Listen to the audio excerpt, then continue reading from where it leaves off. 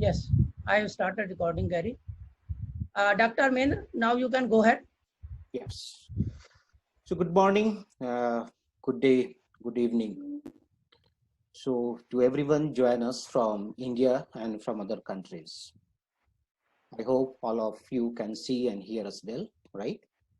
So thank you all for finding time and visiting today's webinar organized by Indian Society of Management Accountants and Noida Management Association. My name is Dr. Amrendra Kumar. I'm just introduced. I'm a finance advisor of DXC Technology. This is the IT company based in Bangalore. Dr. Mendra, can you speak a little louder? Okay. So I'm saying, yeah. So good morning, good day, good evening to everyone join us from India and from other countries. I hope all of you can see and hear us well, right? Thank you all for finding out time and visiting today's webinar organized by Indian Society of Management Accountants and Noida Management Association. Let me introduce, I am Dr. Amrendra. I am a finance advisor of DXC Technology, a IT company based in Bangalore, also holding honorary position, vice president position of ISMA, Indian Society of Management Accountants. I will be going to moderate this webinar. We have planned 2-hour session. Out of these 75 minutes presentation by our speaker, Mr. Gary Calkins. And in the last, we will be a question answer session.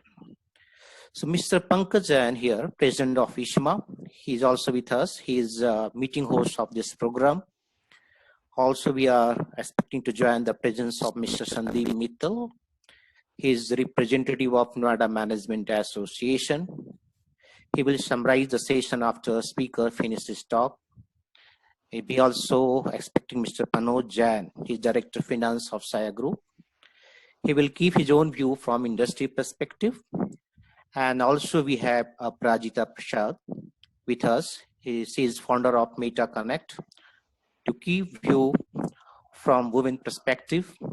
And in last, we have Mr. Virag Shah. He's the founder of Connect Stay for the concluding remark. So now we can begin. I request Mr. Pankaj Jain, President of ISMA, to deliver welcome speech. Mr. Pankaj Jain. Thanks, Dr. Armendra. President NMA, Mr. Surendra Kumar, our esteemed council and board members of Indian Society of Management Accountants and Noida Management Associations. Our idea initiator of today's session, Gary Calkins, other experts on the panel, Ms. CA Manoj Jain, Ms. Aprajita Prasad, CA Virag Shah, and other participants who are present in this session from India and from other places across the globe outside India. I have immense pleasure to welcome you on this program, and a very good evening to you. And at the outset, I am sincerely grateful to Gary Calkins, who has accepted our request to conduct this knowledge sharing program. And friends, the crisis or contest we are going on, I think you are very well aware of. I need not to explain much about this or to tell much about this, because in your own contest, you are much wiser than me. So I will not touch that aspect. But only point from the management perspective is that for any kind of contest or situation, there might be two conventional school of thoughts. One pessimistic school of thoughts can be, oh, this is one of the lifetime crisis for us. Oh, it is very painful for us.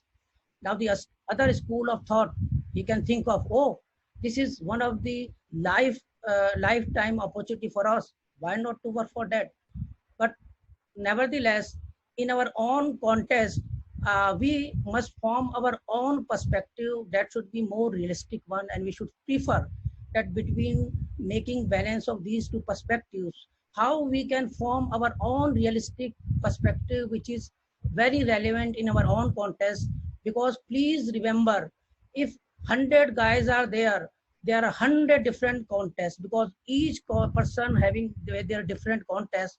So why I am sharing with this you, that any management thoughts, any management principles, and even whatever discussion Gary will have today cannot be applicable straightforward in each and every contest, because you have to fine tune all learnings, all knowledge in your own contest, and then you have to apply very judiciously. So I two things more I would like to share with you. One thing is, please try to concentrate on knowledge retention part. Don't worry about knowledge documentation. After conclusion of this program, we will upload copy of presentation on the website of ISMA CMA online.in under resources section. So please don't worry about any knowledge documentation part. I would request, please try to focus more on the knowledge retention part, which is more important. And the whole purpose of conducting this session is how we can give relevant knowledge which can be retained for longer duration, that you can be used for you, that can be useful for you in your own context. And secondly, that whatever knowledge sharing or whatever discussion you are having, after this discussion, we invite you that whatever your feedback is there, whatever your thought process is there, either you can share your thoughts through chat, or you can send some emails. We will share some email also at the end of the program, so you can also share your thoughts so that we can improve upon for our next programs. So once again, I welcome you all. Dr. Arvind Kumar, now you can take it forward. Okay, thank you, sir. Thank you, Mr. Jain. Friends, our today's speaker is Mr. Gary Hawkins.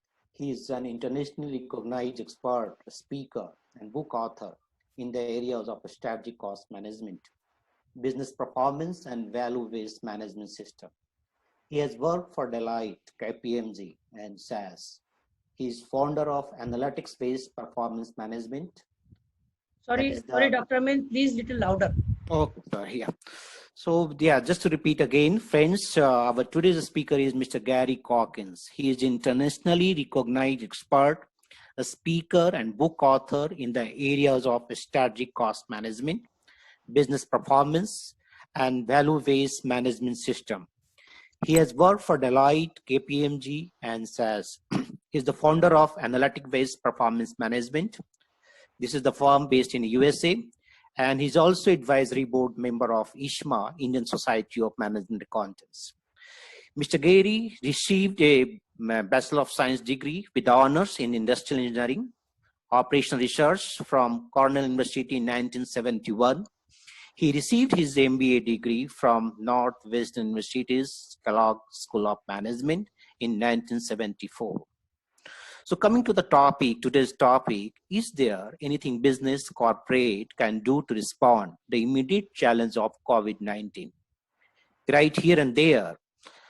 Yes, as the coronavirus crisis is roaring around the world, roaring around us, yes, there is. To manage this immediate crisis, what are the options available with us will be the highlight of today's webinar, right?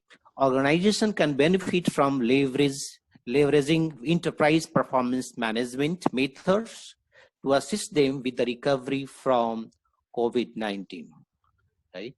So this is the panoramic to a near normal environment. So in the today's webinar, the speaker is going to address those all perspectives and the highlights key EPM methods and KPI.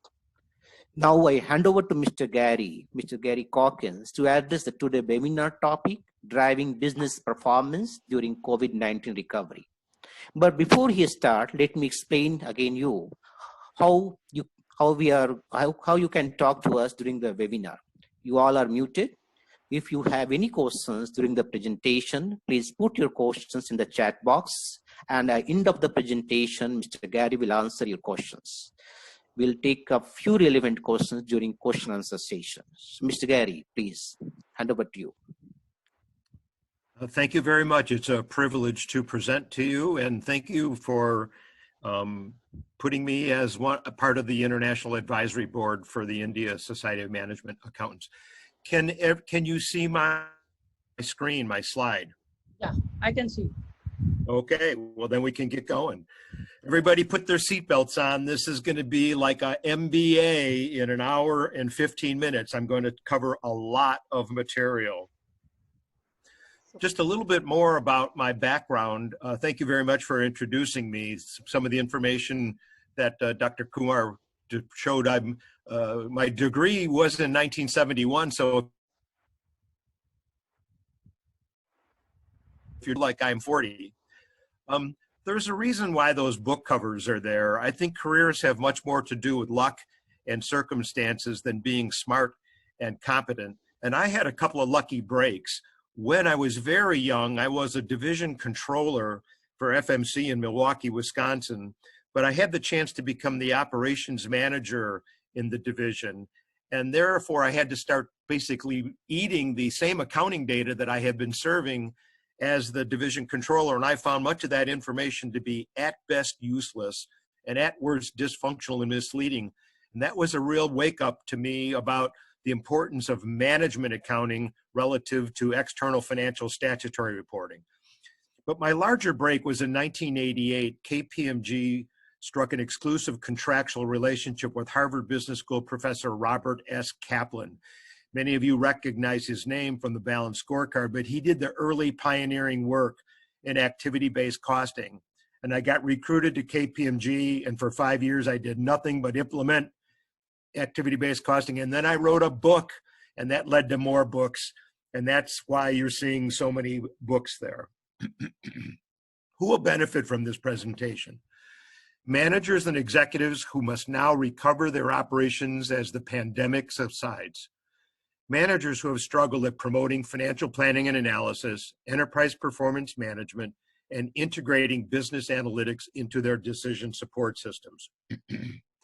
Also, managers who intend to champion any or all enterprise performance management and business analytic improvement techniques, and they need a compelling call to action. And the reason I have champion in quotation remarks is because it's been my observation that although it's nice to have senior executives to sponsor the implementation of progressive methods, often they are preoccupied with firefighting or short-term priorities. It's typically managers 1, 2, 3 levels down in the organization chart who have passion, fire in the belly, and ask themselves, how long do our organization to perpetuate using these old and stale methods?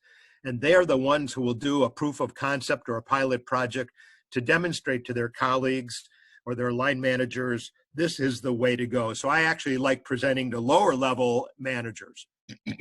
I'll start with these 3 questions. What, so what, then what? So imagine you implement some of the methods I'm going to be describing in the next 75 minutes. I say celebrate for 1 day. You are not done. You will see a lot more information about your organization that you've never seen before. But that begs the next question, so what? Of all that information, what's relevant? But arguably, the more important question is the third one, then what? Because all decisions only impact the future. And we will need to talk about the predictive view of management accounting, things like budgeting, rolling financial forecasts, what-if scenarios. So my agenda is I will first clarify the confusion and lack of consensus about enterprise performance management. I'll briefly talk about the role of business analytics and big data. Then I'm going to describe 8 pressures that have caused interest in enterprise performance management. And that'll be the majority of the presentation, going through some key ones. And then I'll conclude with how it all fits together. The point is really this. To recover from the COVID-19, you really still need to use universal improvement methods that have been around all along, but not that many organizations are deploying them. I think this cartoon sets the stage for my entire talk. Drowning in data, but starving for information. You have this poor beleaguered clerk, sad, shoulders hunched, paper all around him. The supervisor in the doorway to the left is asking him, looks like you've got all the data. What is the holdup? I gave you the request this morning. Why don't you have the answer this afternoon? I assume many of you who are listening to me feel like you're the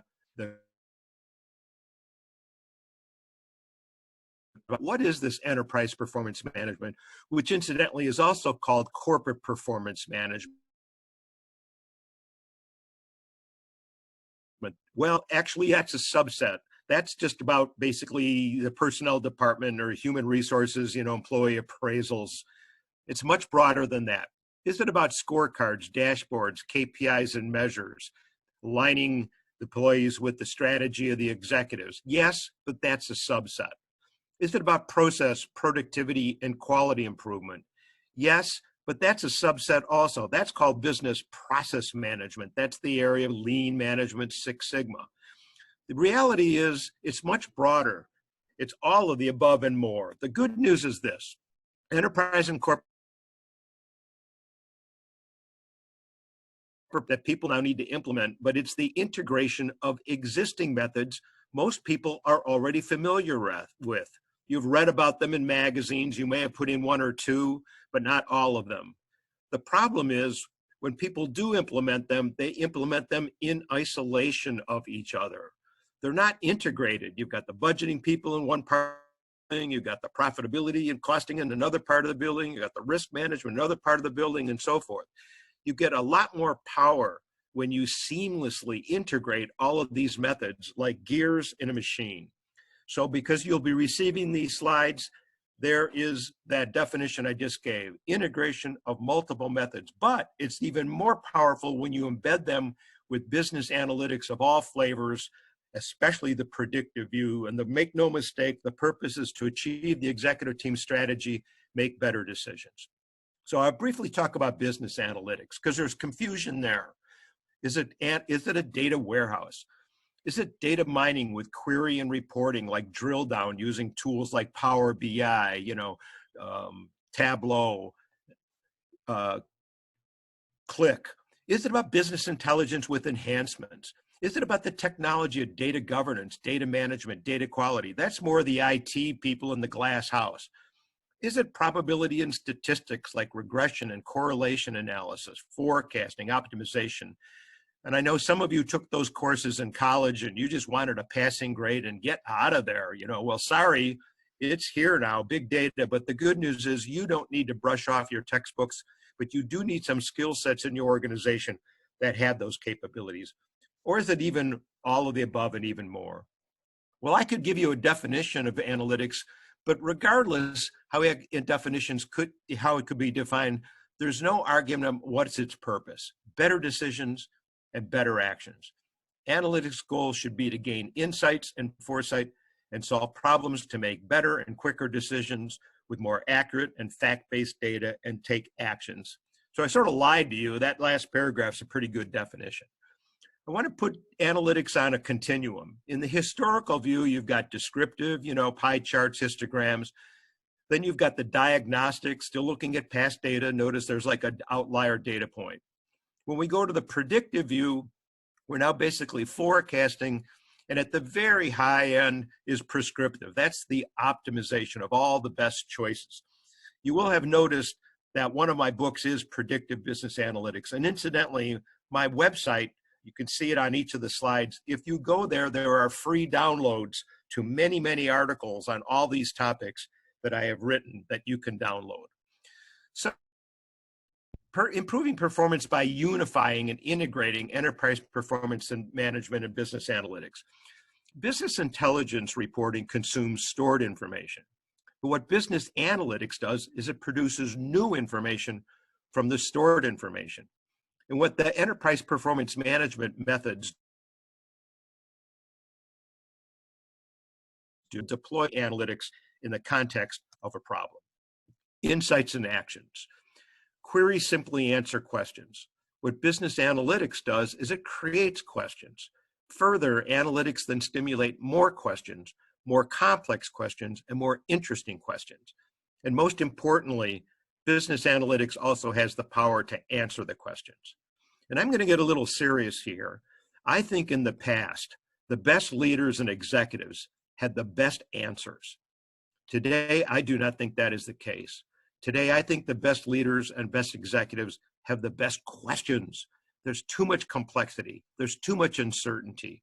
There's too much of all of this for them to rely on their sixth sense or their so-called intuition, or the types of answers they had in the past that got them promoted to the top of the organization. They need to create a culture of analytics and basically help people understand what is going on and have tolerance for making mistakes as long as you learn from those mistakes.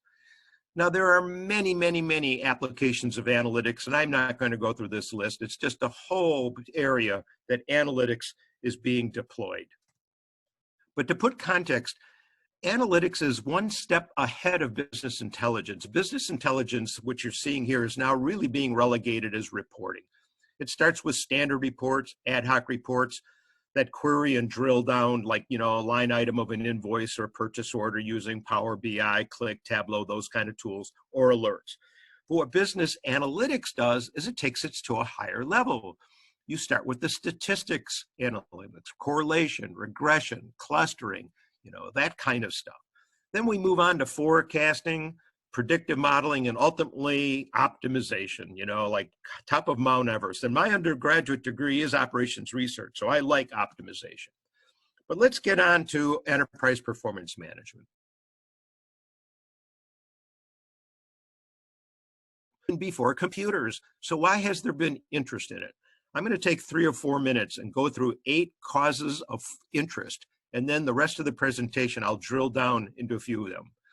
The first one is executives' frustration with strategy failure.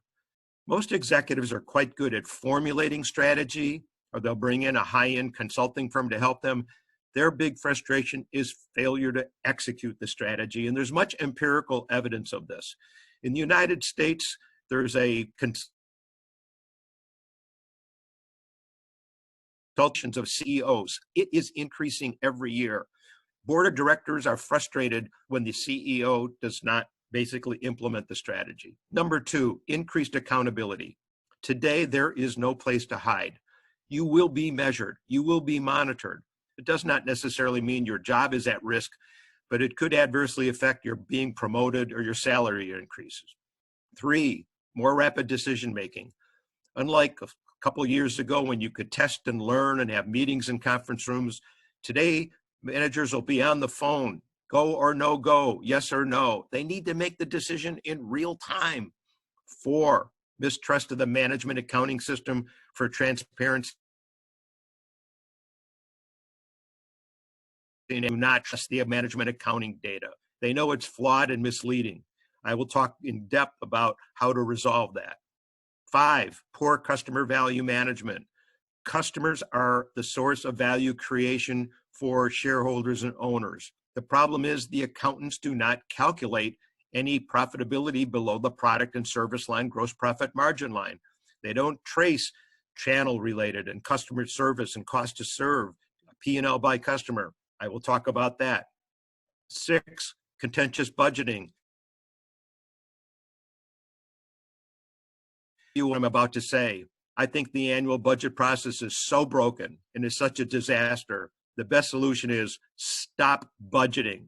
So, did I get your attention? Of course I did. But that begs the question, if we stop budgeting, what was the purpose of a budget in the first place, and what can we do to replace that purpose? I will talk about that. 7, dysfunctional supply chain management. This may not apply to all of you because some of you may be in the B2C, business to consumer space, but those of you that are in the business to business, the problem is this. Most customers view their suppliers as, let's basically negotiate pricing so much low, we put them out of business. We can always get another supplier. That has to stop. It needs to be a marriage. In the supply chain, there needs to be identification of mutually beneficial projects or initiatives that will save both companies money. And finally, 8, unfulfilled return on investment promises from large IT systems like customer relationship management or enterprise resource planning. And the proof on that is, if you ask your IT manager, let's say 2-3 years after you've gone to all the trouble to implement a large ERP system, you ask them this question: how well do you think the return on investment met or exceeded what the ERP? I think most will say, I'm not sure. We put in a lot of effort. We turned the system on. Where's the payback? That does not mean you should not have implemented the ERP or CRM. Of course you need to. The problem is it produces a lot of data, but not necessarily information. And so what these EPM methods I'm about to describe in the next 60 minutes does is it releases the data like seeds out of the ground, and it produces the return on investment from putting in that large system. So the rest of the next 45 minutes, I'm going to talk about these four. And let's start with the first one: failure by executives to execute their well-formulated strategy. And as evidence of this, here is a survey done quite a few years ago of executives of their biggest concern. Look at number one: execute the strategy map and the balanced scorecard.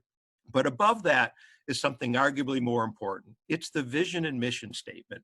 That must come from the executives and the executive team. That's their job. Their job is to set direction. Their job is to answer the question, where do we want to go? But what the strategy map and the balanced scorecard answers is a different question. How will we get there? What are the projects and initiatives to implement, or the core processes? You'll notice that the strategy map in this diagram is going into the balanced scorecard. Many organizations allegedly claim they have a balanced scorecard, but they don't have a strategy map. This may surprise you. The strategy map is orders of magnitude more important than the balanced scorecard. The balanced scorecard is just a feedback mechanism. The real intelligence, like the GPS, is in the strategy map. Okay, here's going to be a 1-minute primer on what is a strategy map that Kaplan and Norton created. They recognized that basically most executives were basically failing at executing the strategy. Okay. So, and they knew the goal was to maximize shareholder value. Also, if you're interested, you can email me. A lot of this applies to public sector government, and I've just recently co-authored a book called Value-Based Management in Government. So what Kaplan and Norton created were these 4 perspectives, starting at the bottom, and in those rectangles are going to be the objectives defined by the executives. So if the employees are accomplishing the learning and growth and innovation, they will contribute to the next level up, because improving the internal processes. And if they're accomplishing those objectives, they'll contribute to the next level up, customer retention and profitability. And then if they're accomplishing all of them, like a force field in physics, they'll accomplish the financial goal. A strategy map, 2 or 3 or 4 perspectives in each of the or strategic objectives in each of the objectives. Notice the arrows. The arrows are the measures. Those are the KPIs. You get what you measure. If you can't measure it, you can't manage it. If you can't manage it, you can't improve it. And so that becomes the key. So really what's happening here is a learning environment will stimulate process excellence. Process excellence will lead to customer intimacy, satisfaction, retention, and that will create the financial value. Now, there is a tricky way in how to actually implement the strategy map and balanced scorecard. What this diagram describes is who is responsible for what, the executive team in the top row or the managers and employees. And I advise the best way to go is start with the executives. These are in each of those boxes to define the strategic objectives, but then to delegate that map to the managers and employees and have them first identify what are the projects and initiatives to accomplish that objective or a core process to improve, and have the managers identify what is the KPI, put the target on it. And that's why the better, I advise this, because by having the managers be delegated and define the projects and initiatives and the KPIs, they're going to have buy-in. Because they're going to be held accountable, and this is much better than being mandated by the executives. Scorecard is much more of a social tool than a technical tool, and this may surprise you, but I find each year I get older, I realize how much I underestimate the importance of behavioral change management and influencing employees. People like the status quo, so you need to really think about change management. So to summarize, imagine if every employer in your organization every single day could answer this single question: How am I doing on what is important? How am I doing on what is important? The first half of the question is relatively easy. They come into the office, they turn on their computer, they look at the dials. Is it favorable or unfavorable to the target? It's the second half of the question that's key. What do we measure? I'll talk about that in the next slide. Strategy maps and scorecards provide this answer. The overriding and strategy, everyone's job. It's almost like making owners of the employees. Now, there is confusion about KPIs or PIs. In my experience, when I've seen organizations that's implemented Kaplan and Norton strategy map and asked them, how many KPIs do you have? Some of them say 200. And I say, that's great. How can they all be a K? You can't have 200 key ones. So I want to describe them in the next slide, but if you're interested in reading more, you can go to this link and there's a 10-page article. Here's what the diagram is showing. KPIs are strategic top. They're basically should be displayed in the strategy map. At the lower level, operational PIs basically are not strategic. A differentiator to the right is frequency of reporting. KPIs, quarterly, monthly, weekly. But once we get into more frequently, we're no longer strategic. We're basically operational. Another dimension, the KPI should be derived from the strategy map uniquely, like tailoring a man or woman suit of clothes. Next, all KPIs must have targets. Without targets, they don't qualify, because it's about like the carrot and the stick, you know, the carrot with the mule or the donkey. But PIs, they can have targets, but they don't have to. They could be trends or upper bound limits and the like. And then finally, the strategy should be connected to the budget. Problem is, and we'll talk about it in about 20 minutes, the budget is disconnected from the strategy. To summarize, the definition of a KPI is monitoring the progress towards accomplishing the strategic objective. That's why its purpose is strategy execution. In contrast, an operational PI in the lower right, its definition is, like measuring a process. So let's move on to the next force, which was fourth.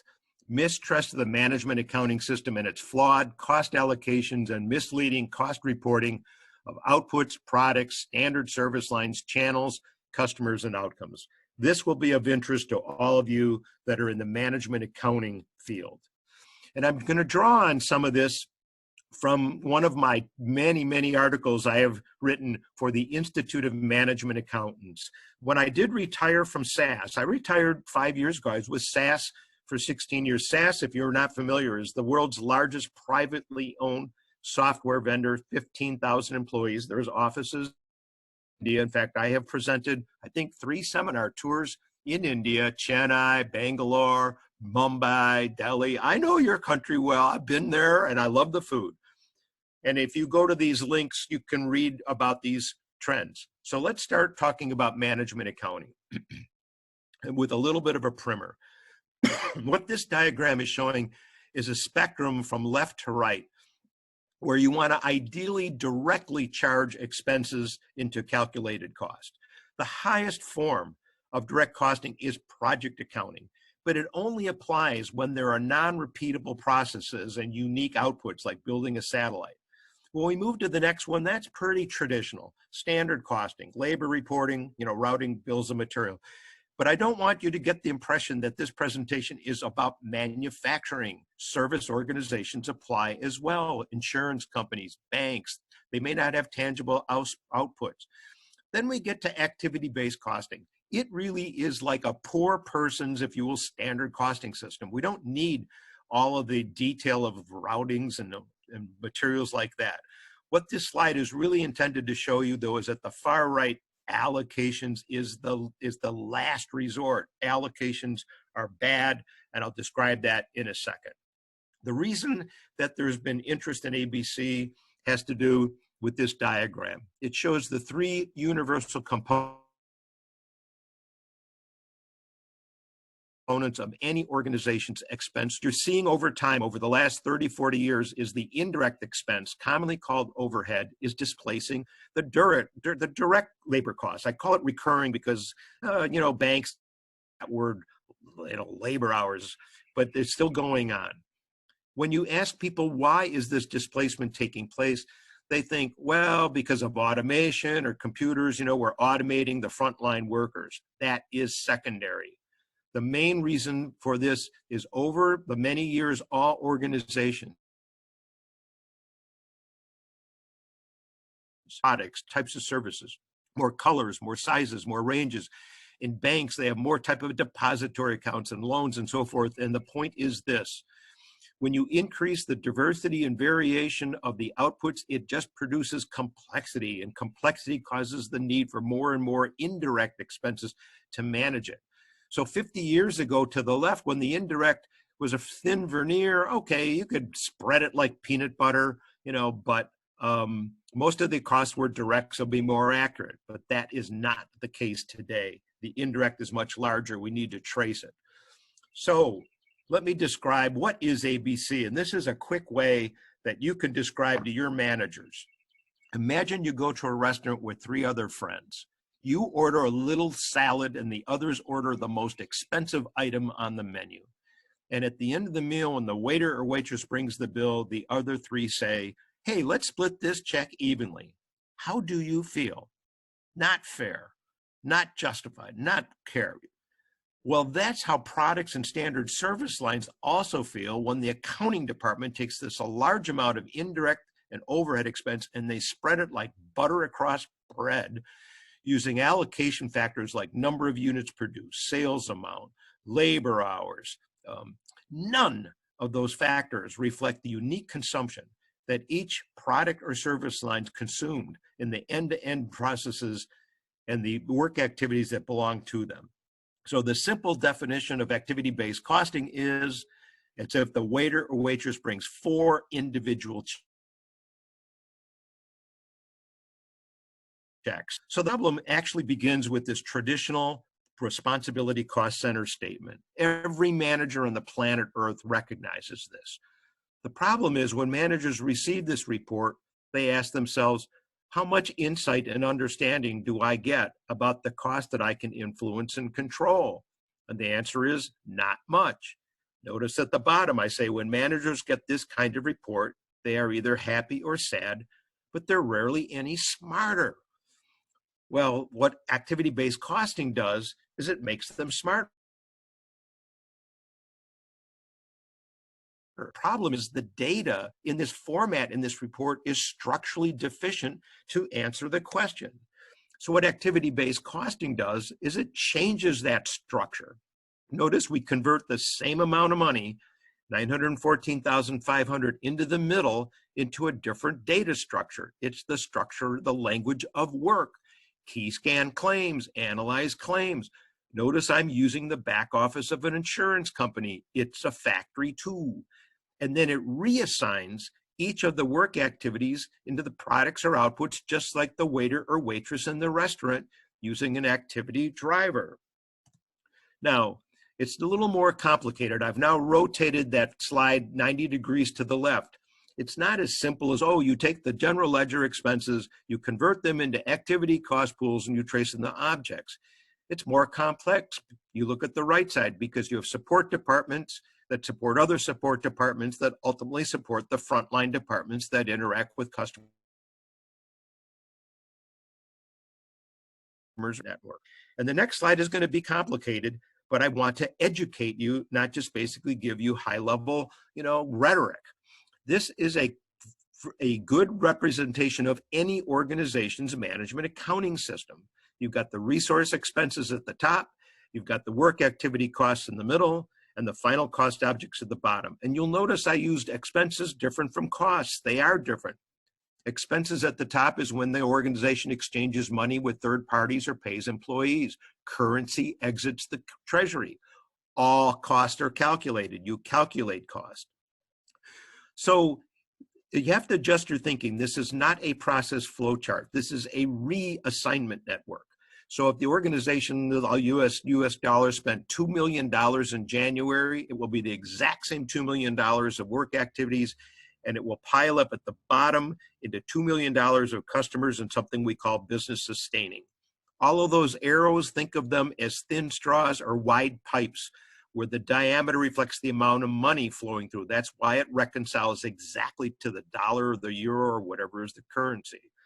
At the bottom, we have what I call the predator food chain, you know, like large mammals eat small mammals eat plants. At the very end are customers. They are the source of all costs. Although we do have a special category, business sustaining. There will be some expenses that have nothing to do with making products or delivering services to customers. Things like the legal department, or when the accounting department closes the books. So we create a cost object there, a final cost object like senior management or board of directors, because we don't want to basically allocate sustaining costs to products or services. That would over-assign it, and that's not true, okay? Now, quickly, reverse all the arrows so they're going from the bottom to the top. Can you do that in your mind? That's what's happening every minute, hour, day, week, month, year. The products and services are placing demands on the work activities. The work activities are drawing on the resources. The costs measure the effect in the opposite direction. The point is this: costing is modeling. Costing is not T accounts and journal entries from a general ledger. Direct cost, not broken. Can be straight, but you may have data integrity issues. You do ABC. It's far more accurate than that butter spreading.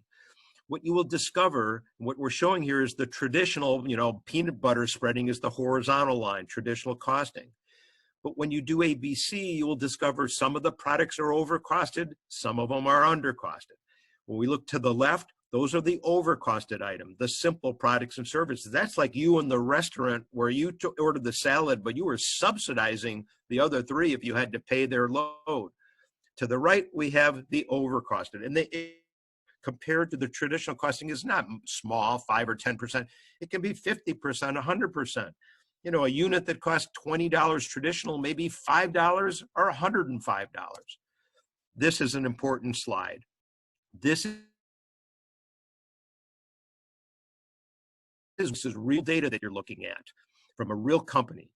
The vertical axis is the net revenues minus the actual calculated ABC costs. The horizontal axis is the cumulative profit buildup, but it's rank order from the most profitable product to the next profitable product. This is all the individual products.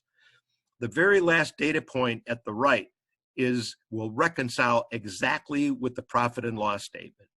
So in this particular real case, this organization had 30 million in sales, 28 in expenses to net out at 2. The data point at the right is the 2, but it was organizational shock when managers saw this graph.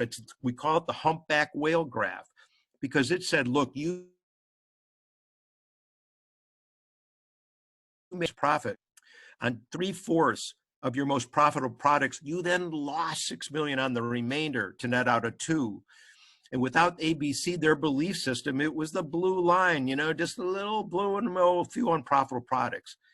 And what was happening is all of spreading simplistic allocations was crushing and suppressing the accuracy, which is the blue line, and ABC was just detecting all the diversity and reflecting it at the top line. So the top line is false. There's more here that meets the eye. When you look at any data point on the descending side, it's really giving visibility to what used to be hidden. Each product or service line is reaching up into the work activities and asking, how much of each of you did I uniquely consume last period? And it stacks them up like pancakes, where the thickness of the pancake is the quantity of the driver times the unit level cost driver rate. And we'll get to those unit level rates later. So I love this cartoon. It basically, it has a line of people moving to a signboard where the answers are. To the left, simple but wrong. To the right, complex but right. You'll notice very few are taking the right path. I believe that the country of India way overemphasizes external reporting for statutory and regulatory reporting, and not enough for internal management accounting, which is what line managers need to basically make better decisions. I believe that CFOs in India are basically doing a disservice and underserving their line managers by only serving regulatory agencies or the board of directors with the external financial reports, not enough on management accounting. You need to shift. It's an imbalance. Okay, the fourth, the shift from being product-centric to customer-centric. The value of a company will equals the value of its customers. The only value a company will ever create is the value that comes from its customers, the current ones and the new ones acquired in the future. To remain competitive, one must determine how to keep customers longer, grow them into bigger customers, make them more profitable, serve them more efficiently, and acquire relatively more profitable customers like the existing profitable customers. But we have a problem. Profitability for their managers. They're stopping at only halfway at the product gross profit margin line. What about all the below the line costs? Products and standards are not the only thing for which accountants should compute costs for. What about all the costs that have nothing to do with making products and delivering standard services? The problem with traditional accounting's product gross profit margin reporting is you don't see the bottom half of the picture. And I'm going to make a case that the bottom half, basically is more important than the top half.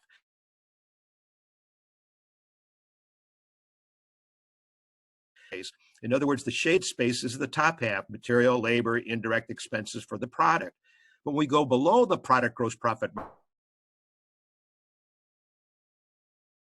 cost to serve and the like, the white space is more important than the shaded space. And here's why. I'm going to give you 4 reasons. 1, customer retention.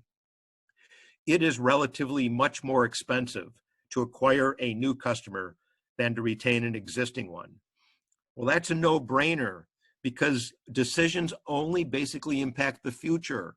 And so your existing customers are a sunk costs. You've already acquired them, so they should not be included in analysis. Number 2, sources of competitive advantage.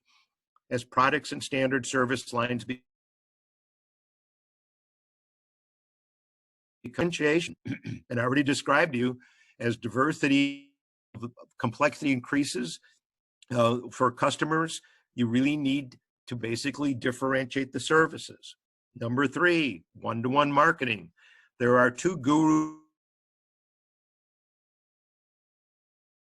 They've written books and they have hailed technology as the enabler to identify customer segments and tailor the marketing offers. In other words, work backwards, understanding the unique preferences and traits of individual customers and offer them deals, price discounts, coupons, offers to basically attract them to buy more. And number 4, the power shift. The internet is shifting power irreversibly from sellers to buyers. This is a one-time event happening in our lifetime. And I don't just mean you and your household buying things on the internet. Today, basically, purchasing different suppliers and all of the information about them. So when you take these 4 ideas and maybe even more, it says we need to know much more about customer profitability. And then we have this problem, angel customers and demon customers. What does this mean? Every company has high maintenance customers and low maintenance customers. Examples of high maintenance customers: always shifting schedule, never buying standard, always special. Low maintenance, always calling help desk, always returning goods. Never call help desk, never return goods, never change schedule, never only buy standard. If those 2 types of customers bought the same volume, same mix, at same price, they are not equally profitable because the high maintenance customer causes you much more costs and they're less profitable. What really caught my attention about this book, which incidentally was written by Columbia University Business School marketing people, so there's not much accounting, but is the subtitle, Discover Which Type of Customer is Which and Turbocharge Your Stock Price. And that was a revelation to me, and I hope to you, that you really need to connect customer value creation to shareholder or owner value creation. but the accountants and the CFOs are stopping halfway. It's as if the Golden Gate Bridge in San Francisco was only halfway done. You've got to go all the way to the other side to complete the picture. So this is a decomposition of the multi-stage cost assignment network. I'm not going to basically go through it. I just want to show you that as you assign the activities into the cost from left to right, you're basically stripping away more and more and more profit. It's like a, it's like an onion skin. And incidentally, if you do want to read more about this, in the ISMA, Janak can send the issue to you. I did write an article called Measuring and Managing Customer Profitability, or you can go to the IMA website, www.imanet.org, search on my name, and there's a whole white paper strategic management called Implementing AB. Here's the point. When you do that diagram, you will get a P&L by customer with a layer and layer of all of the margins. But you may want to mute the person that's muted, Brenda. But we will always basically have two large groups. There'll be the product-related costs, and then below it, the channel and customer-related. And if we calculate that for every customer, we can put them onto a grid. Profit margin, up high to low, and the horizontal axis is the cost to serve. The low maintenance, angel customers, and the high maintenance customers. And now things become obvious. The I think Madhav Kirsa is not mute. Well, we're getting noise from someone in the background. I'll just keep going. Things become obvious. The most unprofitable customers are in the lower right, because they're basically buying low margin mix from you and they're difficult to serve. The most profitable are in the upper left because they're buying high margin mix from you and they're easy to serve. And now the name of the game is move the dots from the bottom right to the upper left. And that would be a different webinar by a marketing person, because that's not our space. Our space is just, let's give them the facts. But what the marketing people would give examples would be cross-selling and upselling, or unbundling and fee-based services like the banks have been doing. But you need to have this visibility. Now, some of you may be saying, Gary's beginning to convince me that we should be doing activity-based costing, but it'll be too complicated, too complex, take us forever. I'm not sure the benefits and all of that. Those are misconceptions. You also think, oh, every employee will have to fill out a timesheet and we'll have 3,000 activities. That was a problem in the 1990s and a decade ago. And people who implemented ABC failed because the models were way over designed, way too complex. I have come up with a technique, and I can advise consultants in India how to do this. It's called rapid prototyping with iterative remodeling. Start with a 2-day workshop. That's model 0. There's 5 or 6 people. You quickly build a high-level model, the managers and executives on the afternoon of the second day, and you show them the model. It's not intended to basically have correct answers. It's to basically accelerate their learning and get them the buy-in. And when they see it, the light bulbs go on for all of them. Oh, that's what ABC looks like. Oh, that's how it'll be different than our butter spreading. Oh, that's how we could really do profitability layering. Oh, that's how we could do benchmarking apples. Then you do 2 or 3 iterations for a few weeks. Month early off and not later when the system is hard to change. And the reason rapid prototyping works has to do with this diagram. The vertical axis is the accuracy of what you want to know. Let's just say I want to be more accurate product costs. The horizontal axis is the level of administrative effort to collect the data, validate the data, calculate the data, report the data. You will always get an asymptotic curve. What that means is the accuracy will go up relatively quickly and then level off, where you get diminishing returns on extra accuracy for the extra level of effort of work. And so the point is, just stop when you get to the elbow at the top, when it's good enough, 95% accuracy. This doesn't require, perfection. This is management accounting. This is not external finance. CFO gets the numbers wrong, they go to jail. But with management accounting, if you get the numbers wrong, you don't go to jail, you know? So it's about visibility. And what most CFOs, the slope of the vertical line is not timesheets. It's the multi-stage cost assignment network. It's that piping diagram I showed you 20 slides ago. If you create the assignment network, it basically is creating most of the accuracy. Then you can use estimates for all the rest of it. Remember, everything normalizes to 100%. The benefits from rapid prototyping: accelerated learning. Solves that thorny leveling problem. People, how many activities will we have? 3,000, 2,000? No, it probably right sizes itself to 40, 50, 60 activities. That's good enough. Much better than one big fat cost pool of overhead. It prevents that over-engineering, which is what caused failure of ABC in the past. Also, it predetermines the use. What I mean by that is that second afternoon of that second day, once all the managers have seen it, what I do is I ask each one, when this ABC system is complete in 3 or 4 weeks, what one use will you use it for? They may say, oh, I can do margin analysis. How about you? I can validate whether our pricing is good. How about you? I can do benchmarking, and so forth. So this is the way to go. Basically, what's needed is a shift in the CFO's emphasis. Traditionally, what CFOs do is they serve two groups. They pound on operations to get their costs down. They give reports to the executives and the board of directors. They need to serve a third group, sales and marketing. The spending budget for budget and sales marketing is critical. It should be treated as a preciously scarce resource to be aimed at generating the highest long-term profits for the shareholders and the owners. This means answering questions like, which type of customer is attractive to newly acquire, to retain, to grow? Customers are not attractive, you know, those demon customers. Furthermore, for the ones that are attractive, how much should we optimally spend attracting, retaining, growing, or recovering each customer microsegment? And the reason I have optimally in italics is because it is an optimization problem. Usually the marketing people can segment customers into maybe 20, 30 types of segments. And here's the point.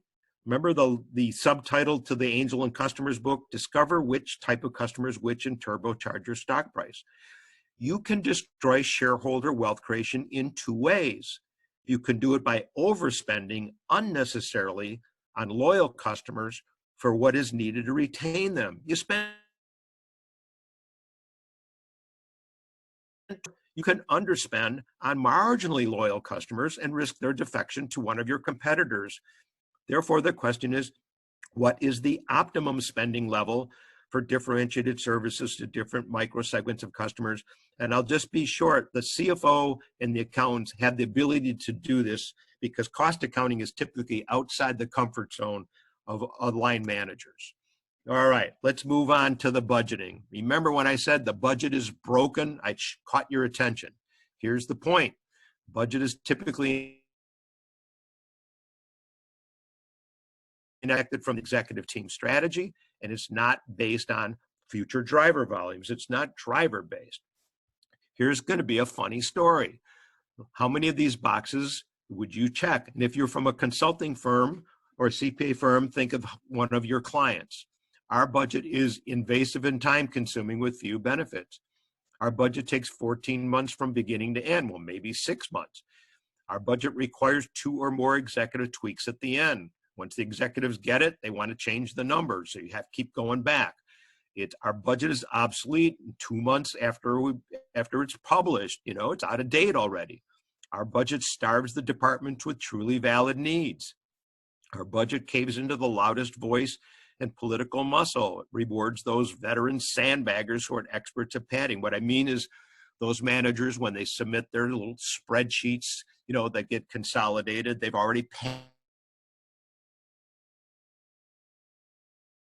last year's efficiencies into this year's budget. What really bothers me is the last one at the bottom, spending. Why? Because most The way people budget is they take the cost center statements from every manager and who basically put in at every detail line item of the general ledger, selling, paper clips and rubber bands, January to December, okay? And then they increment it up maybe 5%, 2 or 3% for inflation, okay? It's ridiculous. It's not volume sensitive. I call it spreadsheet budgeting. Each of the cost centers, you project to the end of the year, that's column B.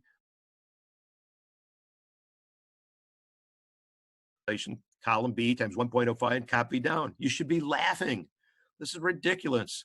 What if this department's going to have greater demand next year? They're going to need more people. What if they're going to have less demand? They're going to need less people.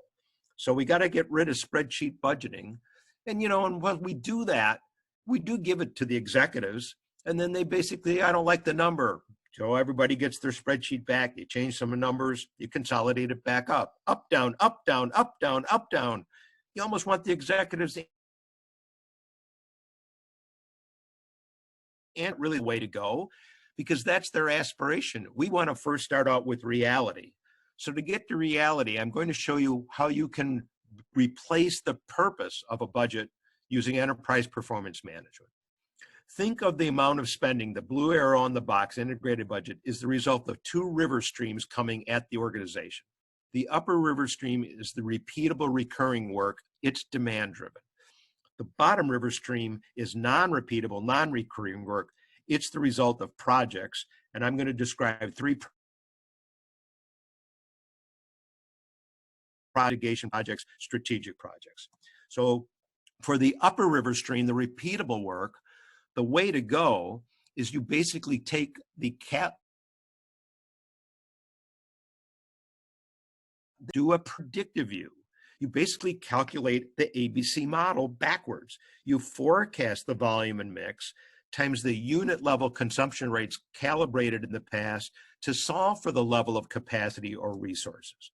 In other words, when you look at the historical view, inputs to resources to process costs to outputs, you calculate it backwards. Another way of looking at this is the historical view. The spending is known, the multi-stage cost assignment network, we calculate those outputs. But we pick up as a bonus unit level. And so basically calculate backwards. This was, I think, my second semester freshman year at Cornell University Industrial Engineering. Volume and mix times unit level consumption rate equals capacity required, meaning the number and type of employees and purchase expenses with suppliers. You need to think like an engineer. Let's talk about the bottom river stream. We'll start with strategy. Do you remember this diagram from the early part of my presentation on strategy map, where the managers would identify the projects and initiatives? What if we don't give them the money? They can accomplish the objectives, and if there's bonuses and compensation incentives, they're not going to make that. Terminate. This is how we connect strategy to the budget. Next, enterprise risk management. The enterprise risk management community uses this popular risk grid. The way it works is the vertical axis is the severity impact of a risk event, and each of the circles you see here is a type of risk event. The diameter is the amount of money to mitigate it. The lower axis is the probability that the risk event will occur from low to high. So what the message is, you can't mitigate the ones with most severe impact and the ones highly probable. So we fund them. And then, of course, there's capital projects. So we've decomposed the 2 river streams. For the upper repeat, the technique is you basically calibrate the unit level consumption rates using ABC for the past. And then you get all the strategic information about products, services, customer profitability that I already just described. And you basically just solve for the level of you use the strategy map to basically identify projects and initiative expenses, risk mitigation for the risk projects, capital projects. You put them all together, that is a much better number. The shaded boxes you see is the upper river stream, the management accounting stream. The ones to the left are the other three. Put your eyes down at the bottom right box, shaded box, derived budgeted and rolling financial forecast. Notice its inputs. From the top is going to be the operational process related expenses. From the left are going to be the three projects: capital projects, strategy projects, risk projects. That is a much better number than a bunch of cost center spreadsheets, up, down, up, down, up, down, where the managers were padding them. Now, what will happen though, when you give that good number to the executives, they still may not like it. They may say there's not enough profit there. So what's the temptation? We'll go back and postpone or eliminate some projects, risk projects, or capital projects. Bad. We don't want to do that. That jeopardizes everything. So the only lever to basically get this more acceptable to executives is driver consumption rates, productivity. You've got to start doing process improvement, productivity in the processes. So, and because the budget's out of date, basically every few months, the idea is do rolling financial forecast, refresh the forecast, maybe quarterly, maybe monthly. And the only independent variable is the forecast. So if you can input the new forecast, you can recalculate basically out 12, 18, 24 months by month, a pro forma income statement and a pro forma balance sheet. And some of you should know that if you've got pro forma income statement and a balance sheet, what's the output? Cash flow, net cash flow. So now the treasury function is going to have an idea whether they're going to have to borrow or basically spend. And now come back to the COVID-19 recovery. This is why this is critical, because most organizations, as they're trying to come back, they've already had a drop in demand of maybe 40, 50%. The treasury function, the board of directors are worried, are we going to run out of money? Are we going to be able to borrow? Do we have loans? How's it all going to work? That is the way to get good cash flow. And that's part of this presentation's title, the recovery from the COVID-19 as we come back to normalcy. Now, things get tricky though, we do the predictive view, because in the past, the money was spent.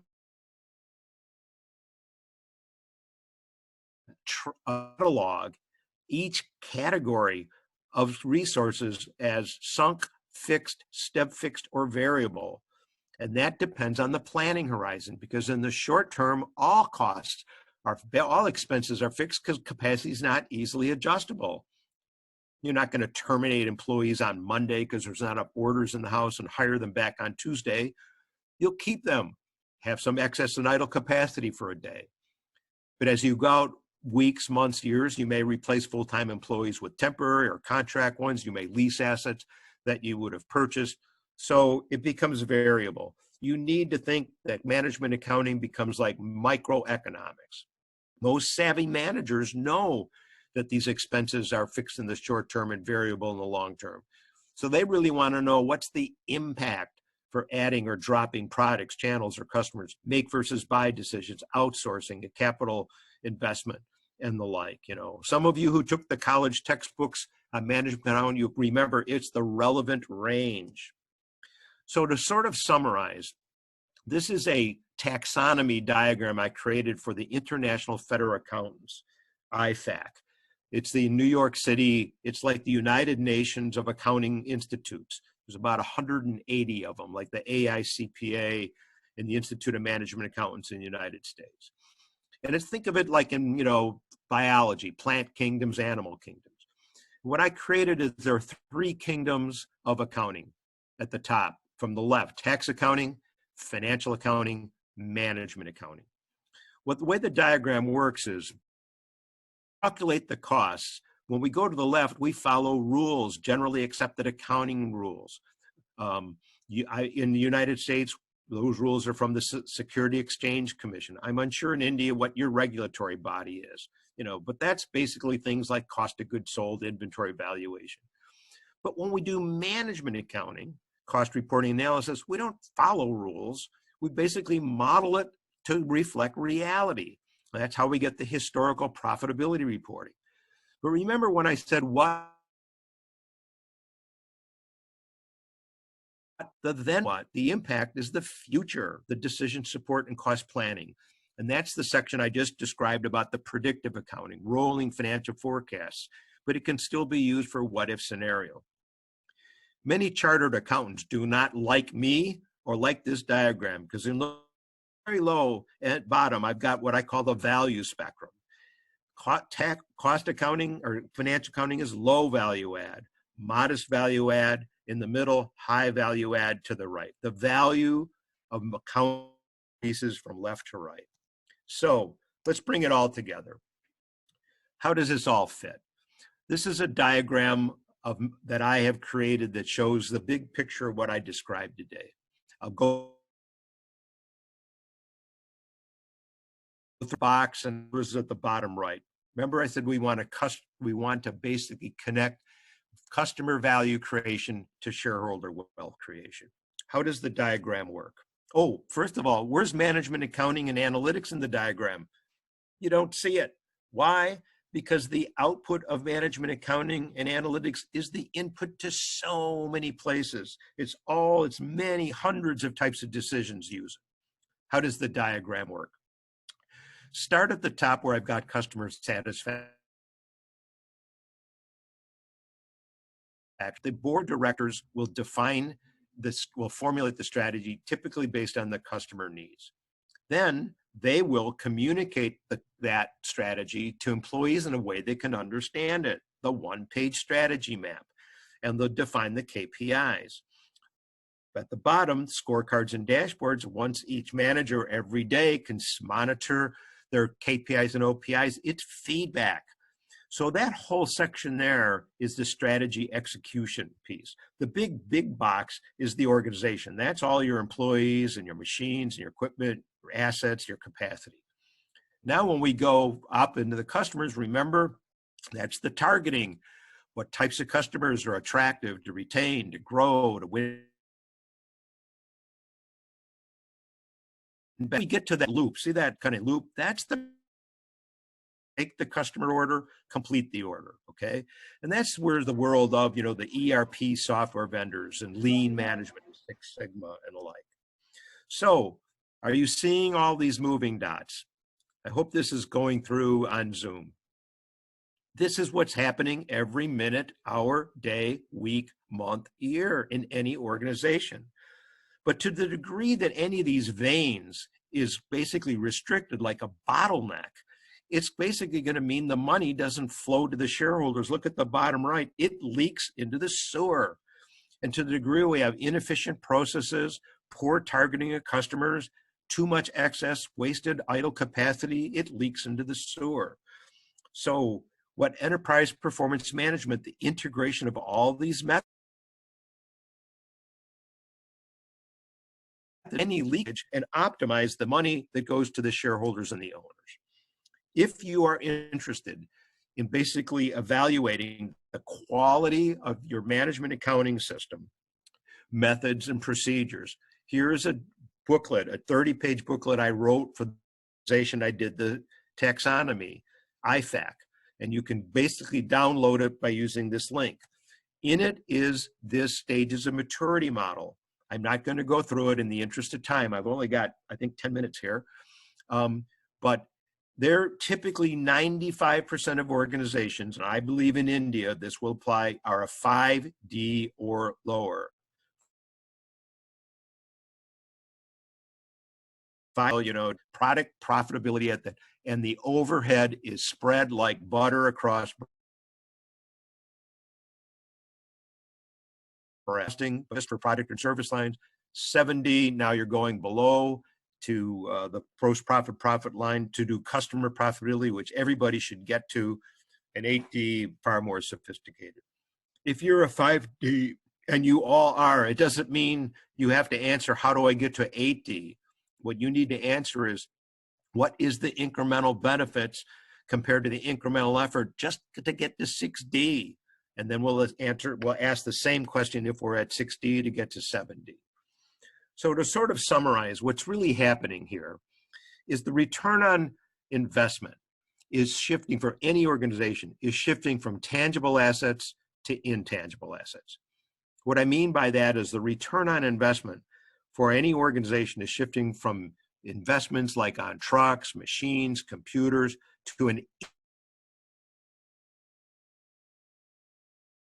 basically what you're seeing here is the return on investment from information increases exponentially. Notice we go way up fast, left to right.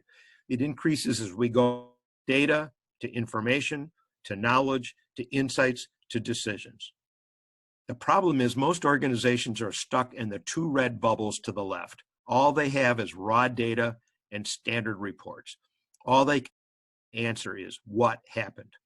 In some cases, in the third red bubble, the IT manager, chief information officer, gives some of those drill down software like Tableau, Power BI from Microsoft. They're still restricted to only answering what happened. Enterprise performance management, everything that I've covered in this MBA in 1 hour, begins with the first bubble, first blue bubble, descriptive modeling. I mentioned costing as modeling. I describe a strategy map as a model on a single page. Now you not only can answer what happened, you can answer why did it happen, because they follow causality principles. Then when we go to the predictive view, the next bubble up, the future coming at us, forecasting, driver-based, we can not only answer what happened, why did it happen, what can happen, what are all the options. And then when we get to the upper top box, that's the prescriptive, the optimization of all the choices we could make, what is the best choice. A frustration to me as I wrap up is what is taking so long for these EPM methodologies to be adopted? What's taking so long? I think if we surveyed India, we would describe very few organizations are using some, very few, or any of these methods. Well, there are some barriers. The first barrier that's slowing the adoption rate are technical, dirty data, low quality data. But the IT department knows transform and load, ETL. Or the company has several different, if you will, hardware. We've got HP, IBM, Compaq, and so forth. IT can fix that. The second barrier is the perception barrier of excess complexity and affordability. Most CFOs still think ABC is too complicated, and I hope I demonstrated to you that you can do rapid prototyping, iteratory modeling, and have a good, productive ABC system in 3 or 4 weeks. You can also do a strategy map in 1 day. I have a technique to do that. If you're interested in that, people with your questions, they'll pass their questions to me and I'll answer them. But the biggest obstacle is number 3, organizational behavior barriers include resistance to change, culture, and leadership. Managers like the status quo. Only babies like change, So what you really have to, and most executives basically are not that skilled on how to basically, get interest in this, and also managers don't want to be measured. They don't want to be held accountable. So we have a real social engineering challenge. That's going to be the key to implement these. Some excuses as I wrap up that why CFOs do not do and implement these methods. First, we are profitable, so why does it matter? We will purchase software that will fix our problems. No, the software doesn't fix it. It basically enables it. A fool with a tool is still a fool. We already know our true costs from our general ledger financial reporting system. No, you don't. You know your expenses. You got to calculate your costs. Next, we have done it this way forever. We don't do that here. We already know everything. It is in our heads. Well, that's being arrogant. Next, we are a small organization. We'll worry about using better methods when we get larger. Well, guess what? You may not ever get larger. You may be bankrupt before you get larger. All this hype is just made up stuff from highly paid consultants. I will argue that consultants serve a role that usually organizations cannot. They have the ability to focus. Most organizations are so preoccupied with firefighting and short-term priorities, they don't have the time to focus the way consultants. Next, no one looks at the reports I create, so there is no point in generating better reports. That's sad. That is basically a noble management accountant who's trying to do their best, but their line managers are not paying attention. Next, we cannot afford better software to fix our problems. Commercial ABC software is not that expensive. Again, if you want to know who some of the commercial software vendors are, I can share with you. If you're a larger company, so you're using commercial large ones like SAP, and I've spoken at 8 SAP conferences, I can share information about how to use their ABC module. They are busy, way too busy doing other things. Typically, that's because you're closing the books in 3.5 weeks. Takes that long. You get 1 day to take a deep breath and the hamster gerbil wheel spins again. You got to close the books faster so you have some time. And finally, we don't know where to start or how to get started. Well, rapid prototyping, the technique I showed you, is a way to go. I want to end with 2 links. I'm not going to go through this. When you get a chance, if you can download it, click on these 2 links. They are from a task force I am on with the Institute of Management Accountants in the US. There are 6 of us. We're all 50 years and older. We're very frustrated with the slow adoption rate. And when you go through this website, you'll see some tools and techniques about how you can basically accelerate the implementation of the methods I described in this presentation. So I'll sum it up. Action steps: get educated. Thank you very much. You're listening to this webinar. Get buy-in from others. Rapid prototyping. Start small, think big. I call it crawl, walk, run, fly. Start like crawling like a baby. Improve the incentives. And so the complete vision, think of these gears basically as titanium gears spinning faster revolutions per minute compared to what the gears you have in your company, you know, which are probably teeth broken, some disengaged. Move them faster, better, you know, faster, cheaper. In other words, process improvement, smarter, connected to the strategy, safer, risk management. Your success depends on how well and how fast the right information and intelligence gets to the right people. There is my website. There's my email address. And I believe I was supposed to end at this point in time with 30 minutes left over. Am I correct on that? Yeah, you are right, Gary. Just 5 minutes. You're just taking 5 minutes more. Well, no, I'm done. I was concerned that I went too long. Right. No problem. It was quite a very interesting perspective you have put forward. Dr. Armendra, let me unmute you. Yes, sir. Yeah. It was a really very excellent presentation, you know, and brainstorming, you know. So, Mr. Jain, I would like you to take it forward from here. Yeah. So first of all, I invite our other panel. Let me. Thank you very much, sir. Gary, I am Manoj, just hold. Thank you, Mr. Jain. Yeah, just hold, Manoj. Gary, I am mute.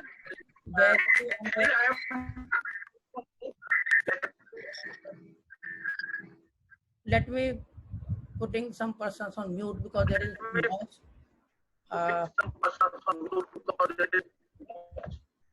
Manoj. Yeah. Yeah. Thank you very much, Mr. Jain, and the very good presentation by Mr. Gary. And what he has touched upon, it's a very scientific things which he has told us in today's presentation. What I think in the COVID-19 situation, the methods. Manoj. Yes, sir. Are you hearing me? Just hold on. Gary, can you listen to me? Gary, Mr. Gary? Yeah. The audio is not working well from the question. I'm just wondering whether the question is asked in the chat box. Gary, please stop sharing.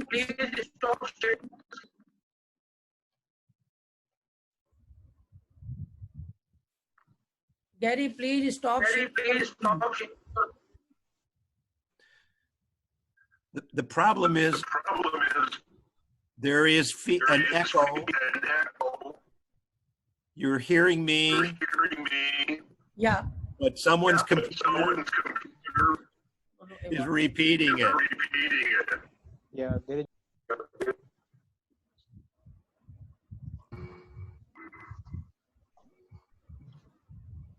Yeah, Gary. What's your question?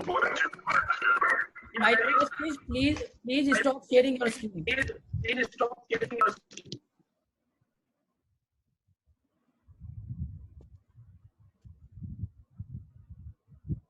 So Gary, the question is, can you stop sharing the screen? Can you stop sharing the screen? Oh, sure. Thank you. Thank you. Yeah, Manoj ji, I'm unmuting you. Thank you. Yeah, Manoj ji. Thank you very much, Mr. Jain. Just yeah, brief intro for you. Manoj ji represents the industry side. He has very diverse experience, and he has been instrumental for some new venture as well. And he is also well versed with the investor perspective, because he himself is representing one organization who has investor in very diverse kind of business verticals. So he is just sharing after, because Gary, you have shared your perspective from the consultant view, from the consultant side, and some way, since you worked in certain industries, so you carry that kind of background. So now from the Indian context, from the Indian industry context, Mr. Manoj Jain, who's a CA by profession, will share his perspective.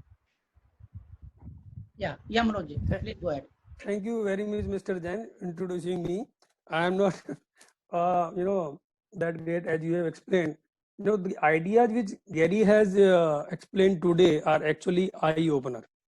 For the persons in, Indian industry, many of us spend a lot of time in, mundane tasks. It's a thing which we spend a lot of time in regular firefighting and going to office, doing, 9 to 5 jobs, and spending a lot of time in preparing those reports which are required by the statutory authorities. And we spend a lot of time on all these things. Now, what Gary has told us, we as a chartered accountant, as the management accountant, can very well help the each and every department of the organization. For example, what he explained, we help the sales department how to prepare the spending budget on their marketing side. Like that we can do only when we are well versed with our accounting principles. What we generally do, the overheads, we just allocate based on the arbitrary methods, like for example, based on the area, for example. But if we trace the accounting based on the activity-based costing method, which he has just explained. Many of us might be doing, helping this kind of thing, but if we do it thoroughly and we trace the cost to the activity or the customer or the product, that gives you the exact costing of that particular product. Based on that, one can actually derive which particular product is useful, we should carry it on, we should carry that customer, and we should spend money on that customer to retain that customer. And we have to identify the areas and activities or the services which are actually useful for the organization. So by explaining these methods, Gary has given a lot of insights to this thing, and it's an eye-opener thing for me. And what he has touched upon mainly on activity-based costing and the seamless integration of management accounting methods, so what he is calling enterprise performance management. Like we spend a lot of time on preparing budgets, but he is saying you prepare your budgets, but those budgets should cater to the uncertainties available, which might come in the future. We spend a lot of time preparing budget, 6 months, 8 months goes into that, back and forth. But when we actually come this kind of situation, like we are sitting in the COVID-19 situation, now we are thinking of what to do and what next to do. So our budget should actually based on the dynamic things. Now, a lot of data is available within the organization. We generally do not use. So we have to utilize that data based on, and we have to utilize those based on the business analytics. we have to utilize business analytics. We cannot do the business based on our gut feeling always. Those were the days when we were doing the business based on the gut feeling of the management. Now it has to be based on certain data.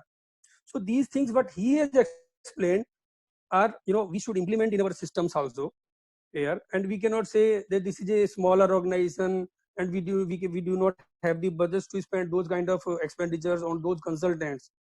We must understand the utility of these things. And I think I must summarize this based on the presentation right now. Mr. Jain, now you can take it over.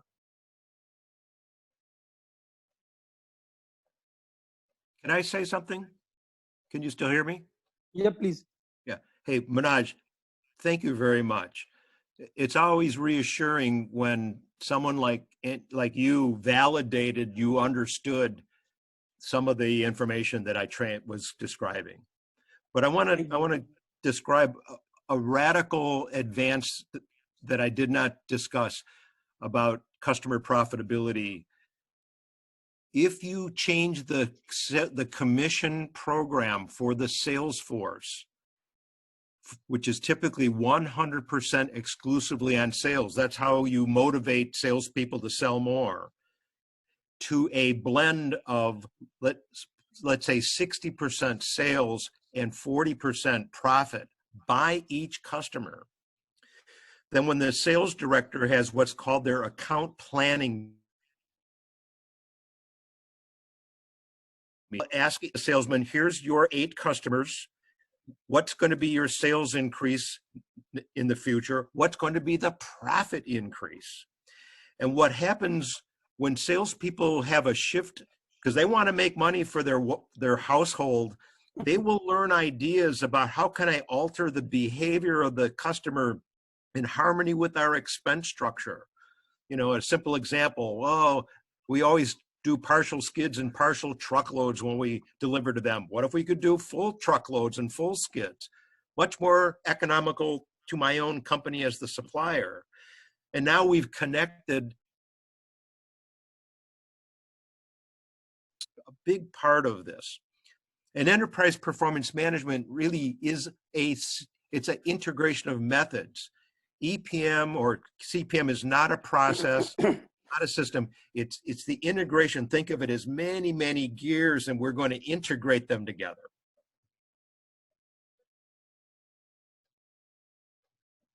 Yeah, correct. Now I'm inviting Ms. Prajita. Let me unmute her.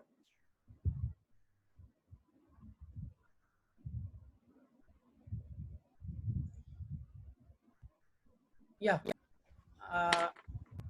Aprajita?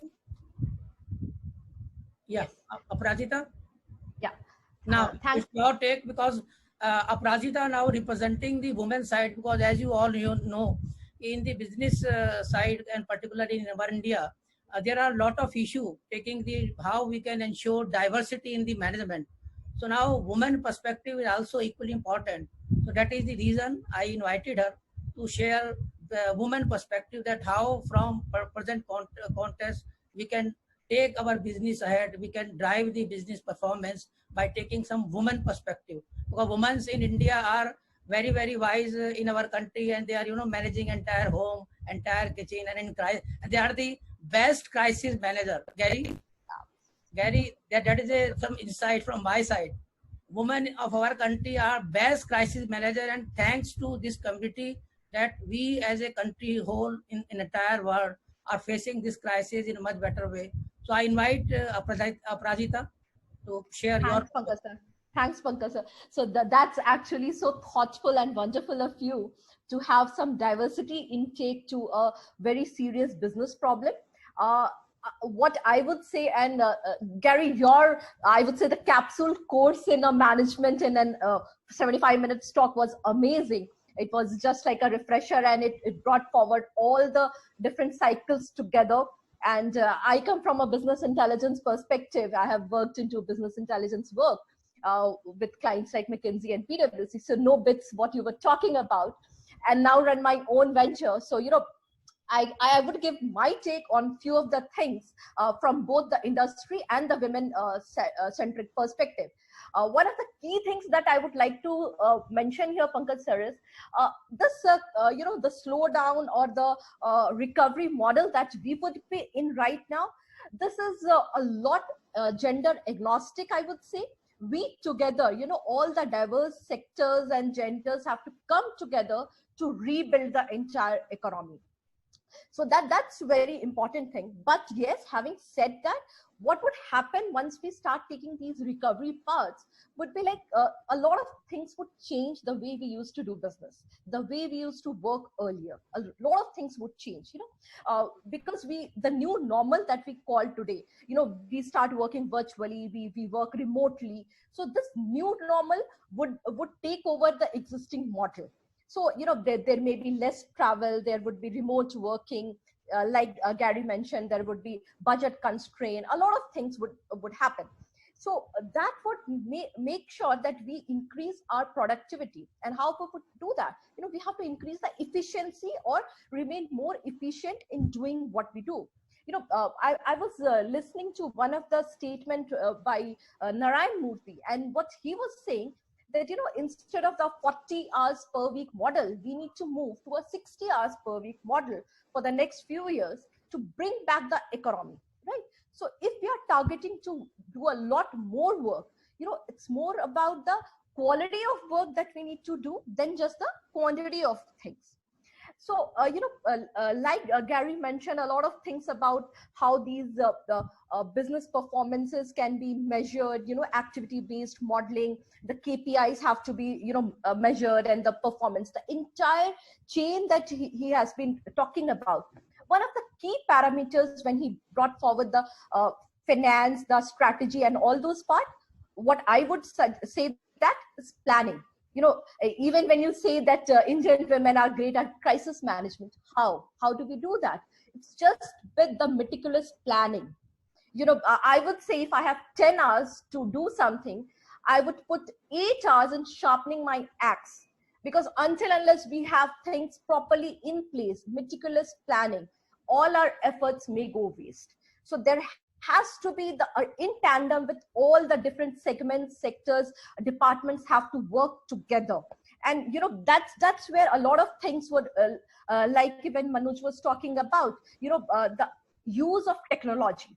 Around 80% of Indian firms are still in their early stages to use IT as a platform, right? So that is where we need to encourage the users of IT and the big data users. A lot of analytics and those modeling can help us expedite the process of growth. The things which manually would take a longer time, maybe something with the aid of these tools, like Gary was mentioning, maybe, we use Power BI, Tableau, SAS-based modeling, whatever it is, the big data that is there, that can be channelized, and each department has to work together. We can no more work in silos that, and keep reinventing the wheel. If one department has done something, the same has to be passed on to the other department, right? So, we have to learn from the best practices or what somebody has already invented. So one of the key things I would again quote somebody, like Jack Ma was talking about the Alibaba founder. He was talking about the biggest profit that we can make in 2020 is just by being, surviving. And that's, I would say, is a great statement to make from somebody as the founder of Alibaba, who has been making a lot of profits. Because once we survive, we can bring back the economy with the kind of mind, brains, and intelligence we have. So all this has to be taken in tandem with our safety and bring it back. Few things that come top of my mind are, the top management has to build together a top recovery team, I would say, where the key leaders or 20-30% of the top management come together to plan the recovery model. The trust has to be rebuilt into each member of the firm, like we do with the family also after we undergo any crisis. The trust has to be built, plan things better, learn from others. And also, like one of the point Gary was mentioning, those, it is easier to retain the clients than to bring newer clients at this at these moments. The same, the Pareto's principle, 80-20. 80% of our revenue always comes from 20% of our clients, the bigger accounts. So we need to keep investing in them so that we become the repeat business is generated. Hello. Yeah, Alok. Hello. Yeah. Just hold on. Aparajita, can you? Yes. Pankaj ji अभी भी meeting on है, मैं try कर रहा हूँ काफी देर से बोलने का. हाँ, अभी मैं आपको इनवाइट करता हूँ sir. Just wait. I'm just concluding. Yeah. So just bringing that back. Also, one of the last but very important factors. बड़ा अच्छा आ रहा था, अभी डिस्टर्बेंस शुरू हो गया है. एक मिनट, just hold on. मैं अभी अनम्यूट करता हूँ. There are some new. Yes. So one of the key things that has also been taken in compasses the HR sector.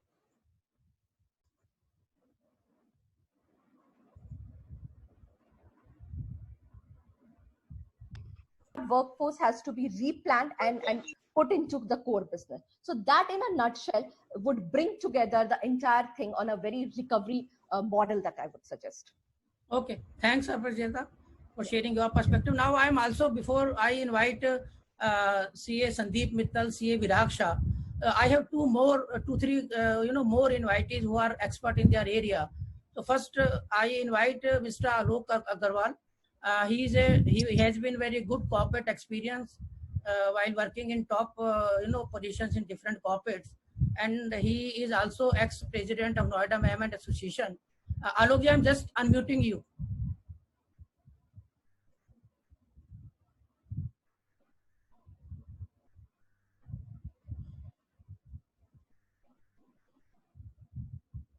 Alok ji, your audio is not there. I think his audio sign is missing. So let's move further. Now Madhav is also with us. Let me introduce Madhav. Madhav is one of the top practitioners in our country who has extensively worked in this area. He has worked extensively for implementing the techniques and tools which Gary was mentioning for companies which are based in India and for companies which are based outside India. So Madhav, I am just unmuting you.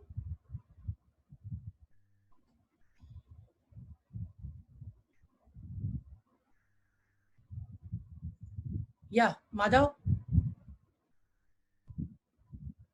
Yeah, can you hear me? Yeah, we can hear. Well, hi everyone. This is Madhav Shirsagar. I'm speaking from Pune. At the outset, Gary, wonderful presentation. I thought this was wonderful for initiating a huge amount of audience and pertinent people who are influencers in all companies. I'd just like to mention a couple of things. While all these slides would point in a way the direction has to be taken by the companies, I would like to stress on the one point that in rapid prototyping, if you take a tabulation of a department, and if the psychology and the psychiatry of the department is quantified, for example, if you have a sales and marketing department and it is not behaving like a sales and marketing department, you can tabulate that, get into the predictive mode, and make it behave the way it was intended to. The same thing is there with an accounts department. You set up an accounts department, and now you tabulate that accounts department as to see how its activities are, and you put out what the accounts department is actually doing instead of what it should be doing. Now, this sentence applies to just about the 10 or 12 main departments of every company. Now, pre-COVID or post-COVID, one way or the other, this introspection is extremely important. And Gary has always stressed that cost accountancy always takes the realms of not only tabulating and helping people understand expenses, and then from expenses getting on to what is actually the cost. In last couple of slides, Gary has also touched upon unabsorbed costs. So a lot of top management don't seem to understand that they are sitting on opportunity, they are sitting on capacities, and they are on wars that are fought in the meeting rooms of most companies, which is completely counterproductive to serving the internal or the external customer. Now, you will have to believe me at the moment. Maybe in future, if I have a chance, I will demonstrate this by 4 or 5 slides. and you will know how to do a department in this prototyping mode. Typically, in our kind of work, we do this in about 2 to 3 days per department, which means at the end of the second or third day, the MD and the departmental heads both know whether the department is functioning the way it was intended to function. That leads to a rapid restructuring. Now today, the rapid restructuring is need-based. It is need-based for post-COVID, pre-COVID, which basically means we have lost our top line. How do we behave? Second, we have lost good people. Now, how do we behave? Everything is not a hatchet man's job. Sometimes the objective is to retain good people. So you have got multiple sets of objectives in COVID. Every department, every managing director, the moment he sees these tabulations for the 10 or 12 major departments, as beautifully enumerated by Gary, you don't require 4,000 activities. In my experience, the maximum sensible activities of every department are not more than 3 or 4. So if you're looking at about 10 departments in a company, you're looking at only 40, 50 or maximum 60 activities which are of consequence, and they will absorb 90% of the total expense budget, particularly for people. And for expenses, that activities is not going to be mapped for more than 10 or 12 expenses. In a steel company, it could be power, it could be material handling. For a consulting organization, it would be manpower costs. For a software company, it would be manpower costs plus the bench strength. So every company with about 40 or 50 key figures can take it to predictive analysis. It can take it to what needs to be done. I love the way Gary has integrated this with the balance scorecard. He's almost covered the balance scorecard as well as ABCM. Perhaps in another seminar, we could just see how actually to do it. Because when we put our foot in our mouth and say it can be done in 2 to 3 days per department, you can imagine the speed with which we are doing it in the departmental ownership of the departmental head. Yeah, which Ravi, is hardly coming. Can we conclude? Yeah. So thanks for a lovely presentation, Gary, and thank you for coordinating this, Pankaj. Yeah. I only hope I get it in a demo mode, that's all. So before Sandeep ji and Virag, there is just one more person is there. She is Dignita. I'm just unmuting Dignita.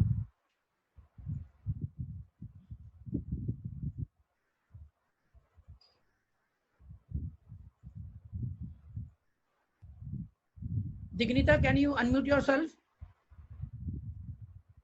Dignita?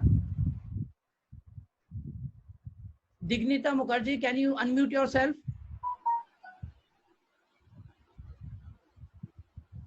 I think she's not active. Dignita, are you hearing me? Can you unmute yourself? Okay.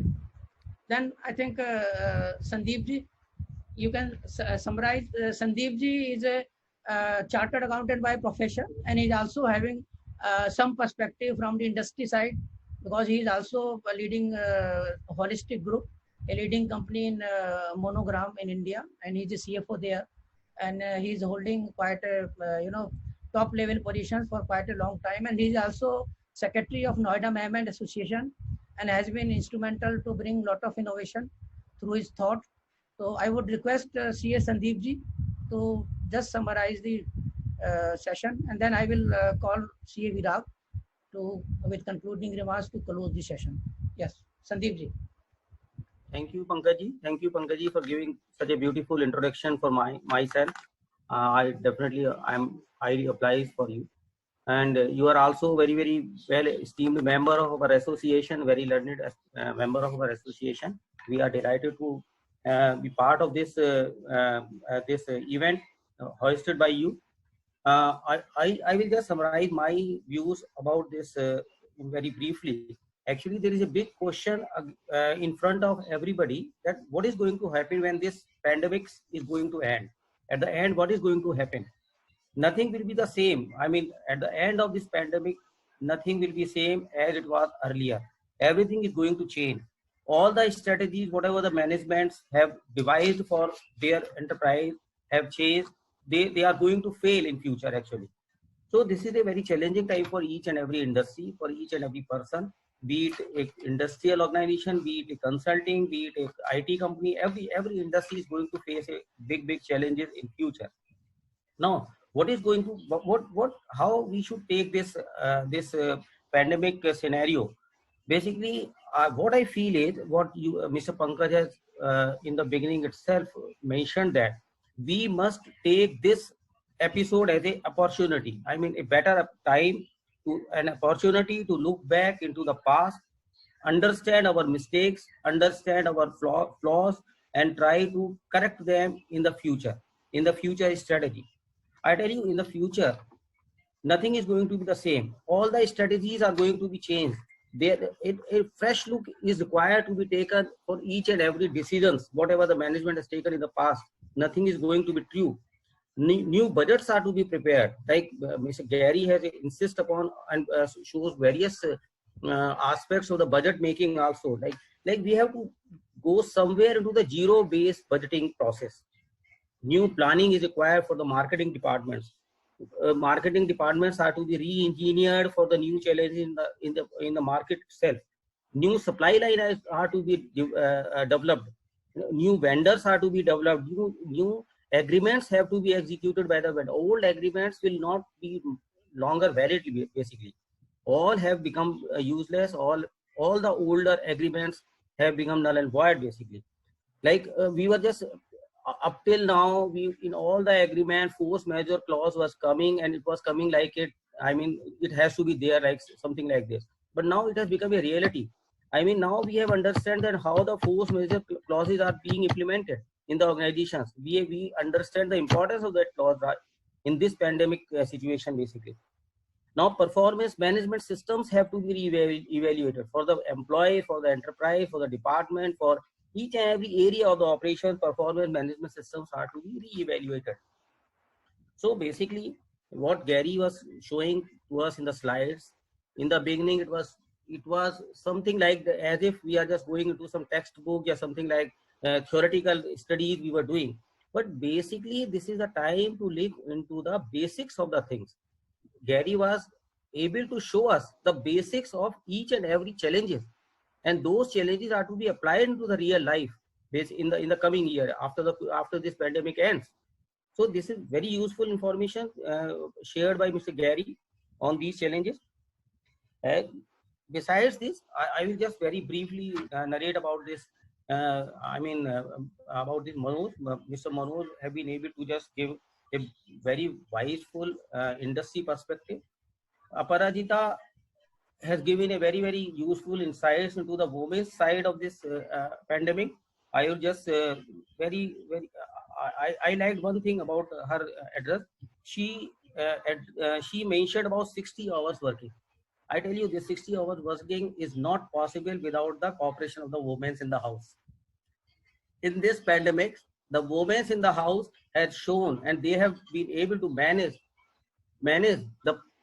how the houses can be managed with the man of the house inside the house. You can understand this. They have been able to make all the persons wash the utensils and sweep the houses. So this is their strength, basically. So these are going to be very long way into future. Sanjeev ji, you want to say they are better managers than us? They are definitely better managers than us. Okay. They have been able to just drive us for their home working also. So in future also, what she was just she was just mentioning that there will be less travel, there will be more home workings and all these. In all these things, the women's part is going to be very important. So these were very useful insights into the current scenario and our future strategies after these pandemics. So thank you very much for making us part of this discussions. Thank you, Pankaj. Thank you, Sandeep. Before I invite Amrendra to give intro of the CA Viraksha, I have just couple of things, just for a few minutes. There is Gary. Can you listen me, Gary? Okay. First of all, I unmute you.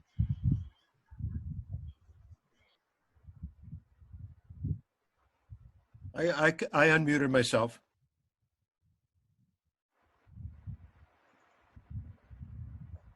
Okay.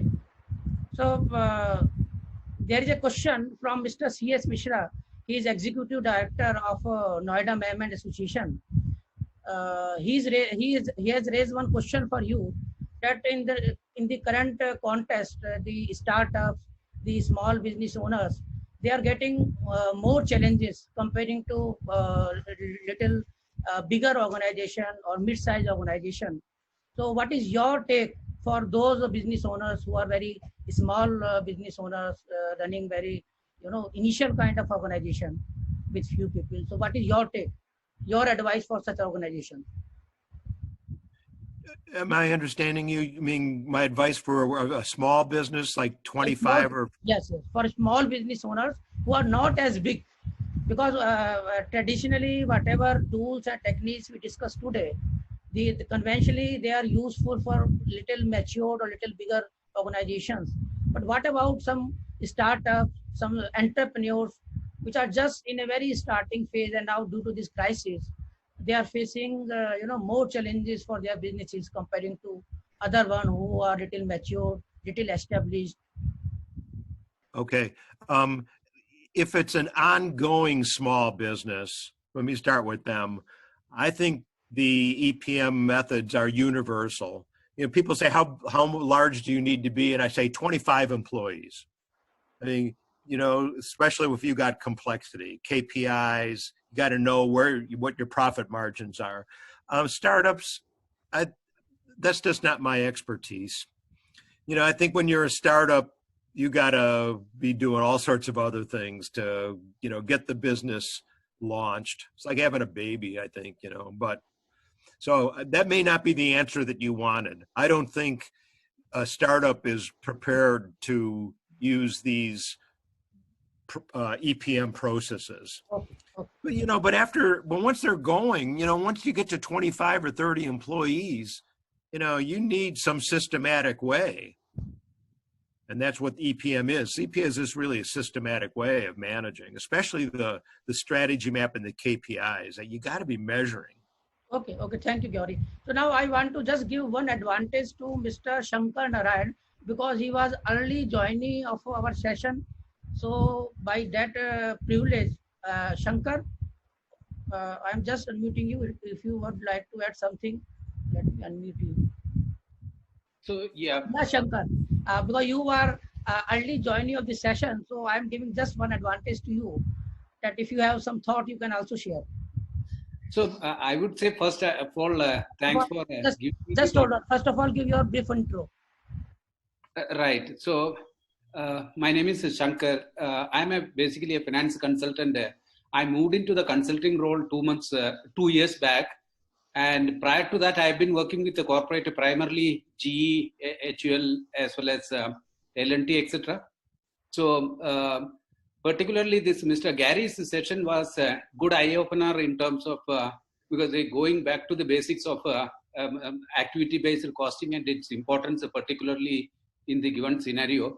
So it was a pretty interesting session, one. And secondly, one of my priorities is to basically start supporting as a finance consultant for MSME units. So whatever Mr. Gary just mentioned, that applying EPM is one of the thing which I've taken it as a major takeaway, where because there is an opportunity for them to understand the enterprise performance management system and how to do it. And this is also an opportunity basically to relook at and redo the entire budgeting process and do an activity-based performance management, which is based on a forecast model. Because in one of the session, I was basically talking about because how dynamic. I took an example of this crude price movement.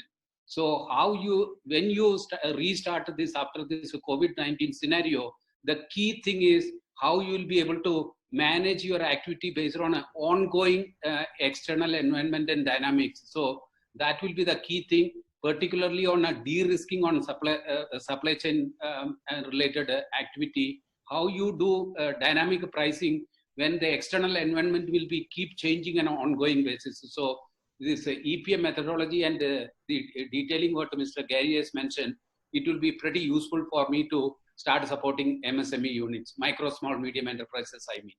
Thank you. Thank you, Shankar. Dr. Mendra, you can unmute yourself. Yes, sir. Yeah. Yeah. So I would like to. So I would request you to please give introduction of CA Virag Shah, and then he can, share his concluding remarks and conclude the session. In fact, I would like to Mr. Virag itself, to introduce himself. It's fine, Virag. Yeah.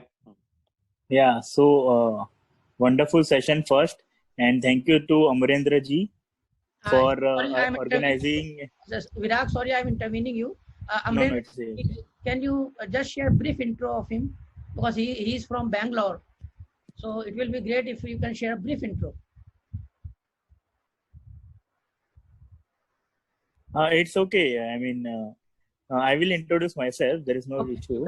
I'm from Mumbai, and I'm a cost accountant, chartered accountant. I'm a company secretary. I have done LLB also from Government Law College, Mumbai. Presently, I'm running a consultancy firm providing virtual CFO services to startups and MSMEs, foreign MNCs here in Mumbai at BKC. We are operating from co-working space WeWork. So I found this session wonderful as a timely manner set, and the whatever management rule given by the Mr. Gary and discussion thereafter, it's particularly as per the requirement of this time in this COVID and after COVID what happened, and the importance of the management consultant or basically management accountant. So with these remarks, would like to say that to Amarendra ji. Amarendra ji, please you take the charge. Yeah, so thank you for this opportunity for the coming into the session and the concluding remarks basically. Yeah, thanks, Virag. Thanks to everyone. Thanks, Mr. Gary, for his valuable time. Please speak a little louder, Dr. Oh, I'm saying thank you to Mr. Virag and to all the participants and some of the dignitaries who came up with the valuable thought, right? So this is really a wonderful session, and this is a start of webinar from ISMA side, right? This is the first webinar we conducted from ISMA. So that way, still, we have a long way to go to come up with the more webinars and with well planned, right? So, but still, the concluding the this webinar. So even today, even we have lots of EPM, lots of other measurement criteria, balance of scorecard, activity-based costing, and strategy maps, right? But still, in my experience, even whatever 20 years experience, so my observation, companies are still trust on the traditional method of performance indicator. They are more trusting on or more popular short term like financial indicators like return on investment, operating margin, right, revenue growth.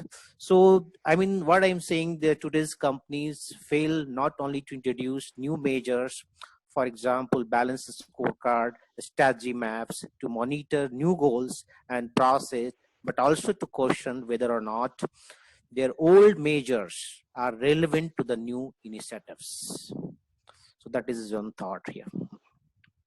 So before we can conclude, can we clap for everyone? Yeah. Okay. Thank you all. Thank you, Gary. Thank you very much, Gary. Thank you so much. Yeah. Thanks, Gary. Yeah. Have a Thanks great day. lot. Great weekend.